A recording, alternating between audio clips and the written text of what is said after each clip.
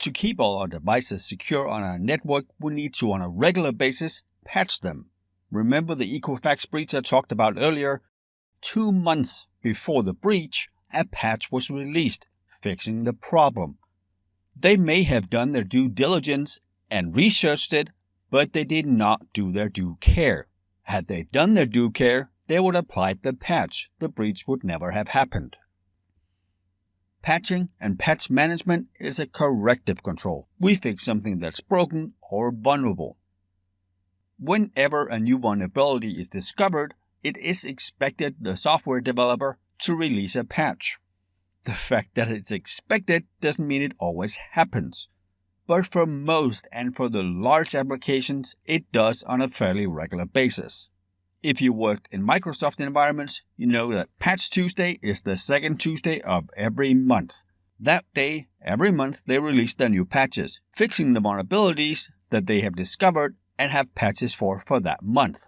If a very critical flaw is found, they may also release an emergency patch. And they get pushed out pretty much whenever the patch is ready. In any organization I have worked in, we give it a couple of weeks after Patch Tuesday to implement the patches. We wait and see if something else breaks. We'll let someone else test it out for us. Just like I would never recommend anyone upgrading to the latest operating system as soon as it gets released. There are just too many bugs and too many vulnerabilities that you do not want in your environment. So we wait around a little bit, we see what other people are reporting as being broken.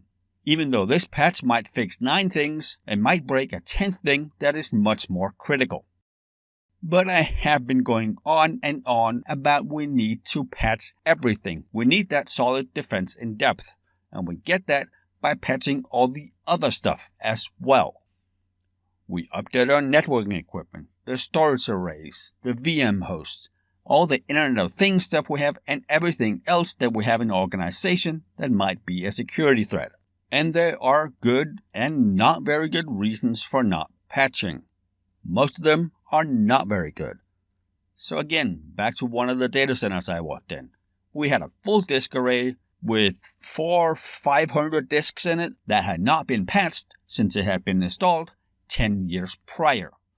And the reason for it was A, the data storage was poorly designed, and if we updated it, it would take the disks offline for up to an hour. Had it been designed right, we could have migrated stuff over to another storage, done the patch, and then migrated the data back. Since it was poorly designed, that was not an option.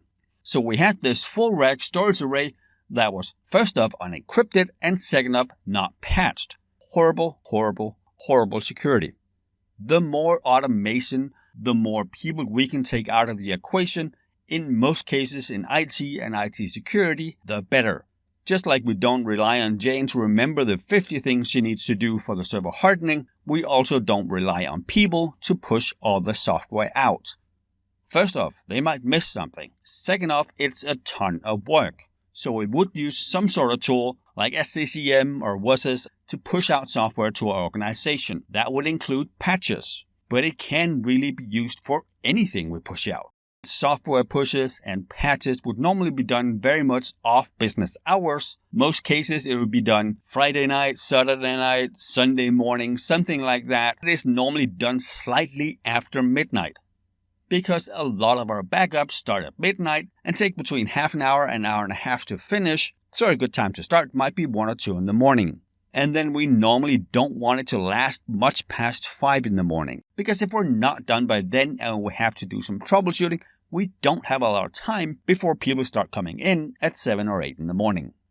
We apply the patches that are out for all our systems after a reasonable amount of time has gone by so other people could have applied them and seen if anything broke. But we do not wait months and months, because the second the patch is out, all the attackers knows about the vulnerability as well.